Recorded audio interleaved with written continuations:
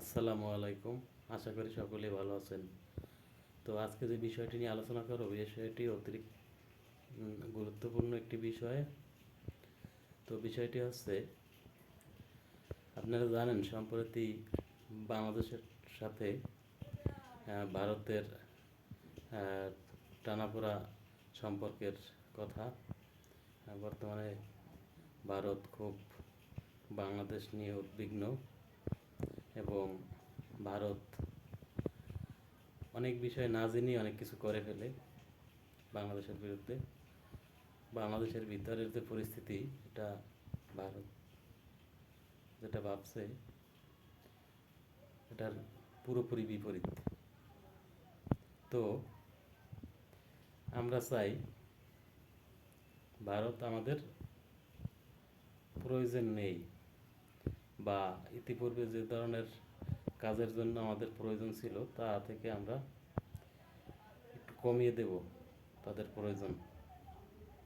তো বাংলাদেশে সম্প্রতি একটি দাবি উঠেছে যে ইউরোপের বিভিন্ন রাষ্ট্রের এম্বাসি যাতে বাংলাদেশে হয়।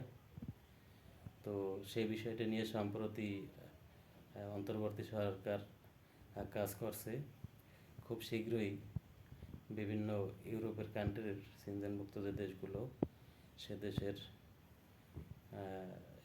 এম্বাসি অন্তর্বর্তী সরকার বাংলাদেশে চালু করতে যাচ্ছে, সে বিষয়ে বিভিন্ন পদক্ষেপ নিতেছে।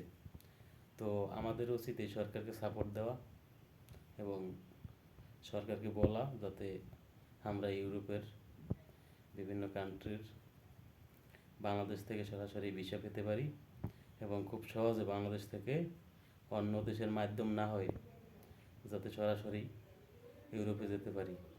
এবং অনেক দেশের এম্বাসি বাংলাদেশে হয়তো সম্ভব না, যেগুলো সম্ভব না সেগুলো যাতে আমরা অন্য, মানে ইন্ডিয়া ছাড়া অন্য যে কোনো কান্ট্রি দিয়ে ট্রানজিট দিয়ে যাতে যাওয়া যায়, সেই ব্যবস্থাগুলো নেওয়া প্রয়োজন। কেননা বাংলাদেশের সাথে যে বর্তমান সম্পর্ক ভারতের, এটা খুব অল্প সময়ে যে সমাধান হবে এটাও সম্ভব না। তো তাই আমরা আশা করব যাতে বাংলাদেশের যে বর্তমান অন্তর্বর্তী সরকার তারা যাতে এই পদক্ষেপগুলো নেয়। তো আশা করি সকলেই ভালো থাকবেন। ভিডিওটি যদি ভালো লেগে থাকে অবশ্যই লাইক, কমেন্ট ও চ্যানেলটি সাবস্ক্রাইব করতে বলবেন না। চ্যানেলটি সাবস্ক্রাইব করবেন অবশ্যই এবং মন্তব্যের কলমে আপনার মন্তব্যটি লিখবেন। ধন্যবাদ সকলকে, আশা করি ভালো থাকবেন।